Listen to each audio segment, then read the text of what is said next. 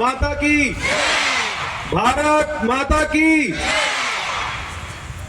આજે આપણે ભારતના 77માં પ્રજાસત્તાક દિવસના પાવન અવસરે અહીં ઉપસ્થિત સૌ મહાનુભાવ, માનનીય મહેમાનો, વડીલો, યુવાનો અને મારા પ્રિય ભાઈ બહેનો અને વાલા બાળકો, આ બધાનો હું હૃદયપૂર્વક સ્વાગત કરું છું. આજનો દિવસ આપણા દેશના ઇતિહાસમાં અતિ મહત્વનો છે.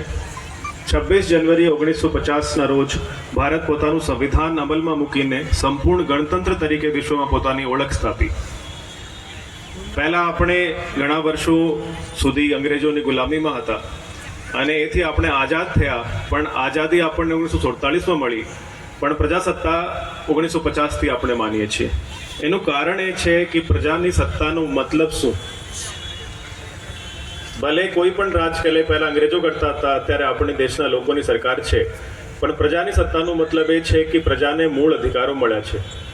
અને આ મૂળ અધિકારોમાં મહત્વના છે સમાનતાનો અધિકાર, સ્વતંત્રતાનો અધિકાર, અને આપણે મૂળ અધિકારોની સાથે સાથે આપણી મૂળ ફરજો પણ સંવિધાનમાં પ્રતિરૂપિત છે. આ પણ આપણે આજના દિવસે યાદ કરવી જોઈએ. આ સંવિધાન માત્ર કાયદાનો ગ્રંથ નથી, પરંતુ ન્યાય, સ્વતંત્રતા, સમાનતા અને બંધુત્વના મૂલ્યો પર આધારિત જીવંત દસ્તાવેજ છે, જે દરેક ભારતીય નાગરિકને ગૌરવ અને અધિકાર આપે છે. આ અવસરે આપણે સૌપ્રથમ આપણા સ્વતંત્ર સેનાનીઓ અને સંવિધાન રચનામાં યોગદાન આપનાર મહાનુભાવોને નમન કરીએ. તેમના ત્યાગ અને બલિદાનના કારણે જ આજે આપણે સ્વતંત્ર દેશમાં શાંતિપૂર્વક લોકશાહી પદ્ધતિથી જીવીએ છીએ. આઝાદી પછીના વર્ષોમાં ભારતે શિક્ષણ, વિજ્ઞાન, ટેકનોલોજી, અંતરિક્ષ, આરોગ્ય અને અર્થતંત્રના ક્ષેત્રોમાં નોંધપાત્ર પ્રગતિ કરી છે. આજે ભારત વિશ્વમાં એક શક્તિશાળી અને આત્મવિશ્વાસભર્યું રાષ્ટ્ર બનીને ઉભર્યું છે. આપણે આઝાદીના 75 વર્ષ પણ પૂરા કરી લીધા છે અને 100 વર્ષની તરફ જઈ રહ્યા છે. આ આવતા 1947 સુધીના 25 વર્ષોમાં આપણી પહેલાં કરતાં પણ વધારે ફરજ બને છે કે ભારતને એક સંપૂર્ણ વિકસિત રાષ્ટ્ર તરફ લઈને જઈએ. વાપી શહેર માટે પણ આ દિવસ ગૌરવનો છે. ઔદ્યોગિક વિકાસ સાથે સાથે નાગરિક સુવિધાઓ, સ્વચ્છતા, પર્યાવરણ સંરક્ષણ અને ડિજિટલ સેવાઓમાં વાપીએ સતત પ્રગતિ કરી રહી છે. મહાનગરપાલિકા દ્વારા સ્વચ્છ ભારત અભિયાન, અમૃત યોજના, પાણી પુરવઠા, ગટર વ્યવસ્થા, રસ્તા, સ્ટ્રીટ લાઇટ અને હરિત વિકાસ માટે સતત પ્રયત્નો થઈ રહ્યા છે. આ તમામ કાર્યમાં નાગરિકોના સહકાર વિના સફળતા શક્ય નથી, અને હું આપ સૌનો હૃદયપૂર્વક આભાર માનું છું. આજે જ્યારે દેશ આત્મનિર્ભર ભારત અને વિકસિત ભારત તરફ આગળ વધી રહ્યો છે, ત્યારે આપણે સૌને જવાબદારી વધે છે. દરેક નાગરિકે પોતાના કર્તવ્યને સમજીને દેશ અને શહેરના વિકાસમાં યોગદાન આપવું જોઈએ.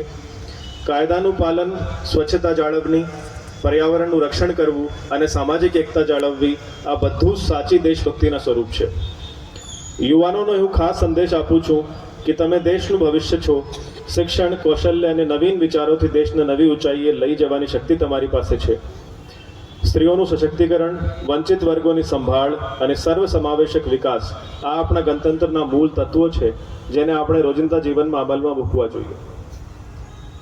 જ્યારે પણ દેશમાં કોઈ વિપત્તિ આવે છે, ત્યારે સીમા પર આપણી ફોજ આપણી રક્ષા કરે છે અને આપણે એના નામે ગૌરવ અનુભવીએ છીએ. પણ આપણે આજે એ પણ પ્રણ લઈએ કે આપણે એવા નાગરિક બનીશું કે જે દેશની સીમા પર આપણી રક્ષા કરે છે, જે આપણા માટે જાન પણ કુરબાન કરે છે. એ ફૌજીઓને પણ આપણા ઉપર ગર્વ થાય કે આપણા એવા સારા નાગરિક છે ભારતના, કે આપણી રક્ષા માટે પણ જાન પણ ન્યોછાવર કરી શકે. અંતમાં આવો આપણે સૌ પ્રતિજ્ઞા કરીએ કે ભારતના સંવિધાનના મૂલ્યોનું પાલન કરીશું, દેશની એકતા અને અખંડિતતાને અડગ રાખીશું અને વાપી શહેરને સ્વચ્છ, સુંદર અને સમૃદ્ધ બનાવવામાં સક્રિય ભાગ ભજવીશું. જય હિન્દ, જય ભારત, જય જય ગરવી ગુજરાત.